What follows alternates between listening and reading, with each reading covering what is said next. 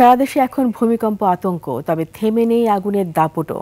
দেশে প্রতিদিন গড়ে ৭৫টি অগ্নিকাণ্ডের ঘটনা ঘটছে, যার অধিকাংশই কেমিক্যাল পদার্থ থেকে কিংবা গ্যাস বিদ্যুতের সংযোগ বিভ্রাটের কারণে। নগরবিদরা বলছেন, অপরিকল্পিত শহর, ত্রুটিপূর্ণ ব্যবস্থা আর রাজনৈতিক উদ্দেশ্যের বলি হচ্ছেন ক্ষতিগ্রস্তরা। আদিত্য মামুনের report. Colour expert, George sap এবং মাইল্ড অন হ্যান্ডস টেকনোলজি সমৃদ্ধ অরিক্স ক্রিস্টাল ওয়াশ আপনার লন্ড্রি এক্সপার্ট। এক সপ্তাহে 4 বার ভূমিকম্পে দেশ যখন টালমাটাল, ঠিক তখনই আগুনের থাবায় পুড়ে গেল রাজধানীর করাইল বস্তি। অক্টোবরে রূপনগর ও বিমানবন্দরে অগ্নিকাণ্ডের পর এবার নভেম্বরে ভূমিকম্প অগ্নিকাণ্ড যেন সহোদর হয়ে আঘাত হানছে।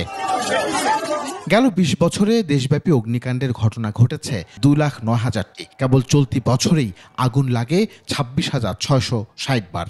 এসব অগ্নিকাণ্ডে প্রাণ হারিয়েছেন 140 জন। আর্থিক ক্ষতি হয়েছে 6,000 কোটি টাকারও বেশি। কিন্তু ম্যাক্সিমাম রিজন দেখা গিয়েছে যে ইলেকট্রিক শর্ট সার্কিট থেকে হয়ে থাকে। যেহেতু ইলেকট্রিক্যাল ব্যবহার অনেক বেশি, বিভিন্ন গ্যাজেট ব্যবহার বেড়ে গিয়েছে এবং ইলেকট্রিক্যাল লাইনগুলো যেগুলো আছে অনেক পুরনো লাইন এবং ইলেকট্রিক তারগুলো নিম্নমানের। আসলে একটা বহুবিধ কারণে আগুনটা লাগতেছে বা আগে থেকে বেড়ে গিয়েছে। ফায়ার সার্ভিসের সার্ভিস অনুযায়ী এখন 23,000, 24,000 হয়ে গেছে, 25,000 হয়ে গেছে আসলে রিসেন্টলি। আমাদের জন্য একটা বড় শঙ্কার বিষয় আসলে।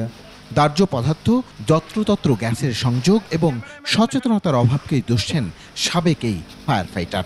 সেই সাথে জনবল, পর্যাপ্ত ফায়ার স্টেশন ছাড়াও প্রযুক্তিগত সক্ষমতা জরুরি বলে মনে করেন তিনি। ঢাকা যদি একই সময় 4 জায়গায় আগুন লাগে, ডেফিনেটলি এটা ফায়ার সার্ভিসের জন্য এটা অনেক কষ্টকর হয়ে যাবে। কারণ আমাদের যে ফায়ার সার্ভিসের আপনি দেখেন স্টেশনগুলো ঢাকাতে মনে হয় 200 লোকও নাই মনে হয়। এখানে মূলত তাদের পরিকল্পনা আগে থেকে ছিল না, যার জন্য কোথায় পাম্প সেট করবে, কোন জায়গায় মনে করেন এই ভলান্টিয়ার কার কী কাজ করবে, সেখানে কালক্ষেপণ হয়ে গেছে।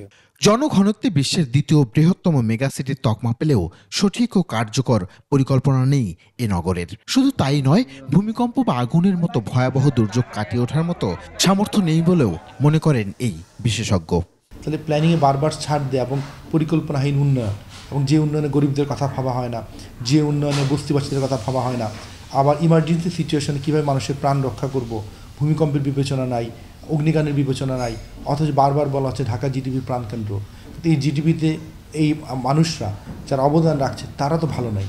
সমন্বয়, নিম্ন ও মধ্যবিত্ত শ্রেণী উপযোগী আবাসন, প্রশস্ত সড়ক এবং নাগরিক বান্ধব নীতি নিশ্চিত করার পাশাপাশি বিকেন্দ্রীকরণ ব্যবস্থা বাস্তবায়ন না হলে এমন দুর্যোগ থেকে সহসাই মুক্তি মিলবে না বলেও আশঙ্কা তার।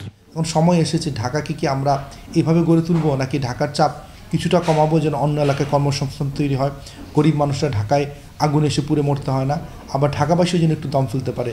সঠিক ও বাস্তব নির্ভর পরিকল্পনার পাশাপাশি দুর্যোগ মোকাবেলায় স্বেচ্ছাসেবক দল, ফায়ার সার্ভিসের বিশেষায়িত ইউনিট এবং পাড়া মহল্লা বস্তিতে নিয়মিত মহড়ার দাবি বিশেষজ্ঞদের। শহরকে সাজাতে গেলে তার জনঘনত্ব কেমন হবে। আদিত্য মামুন, 21 টেলিভিশন, ঢাকা।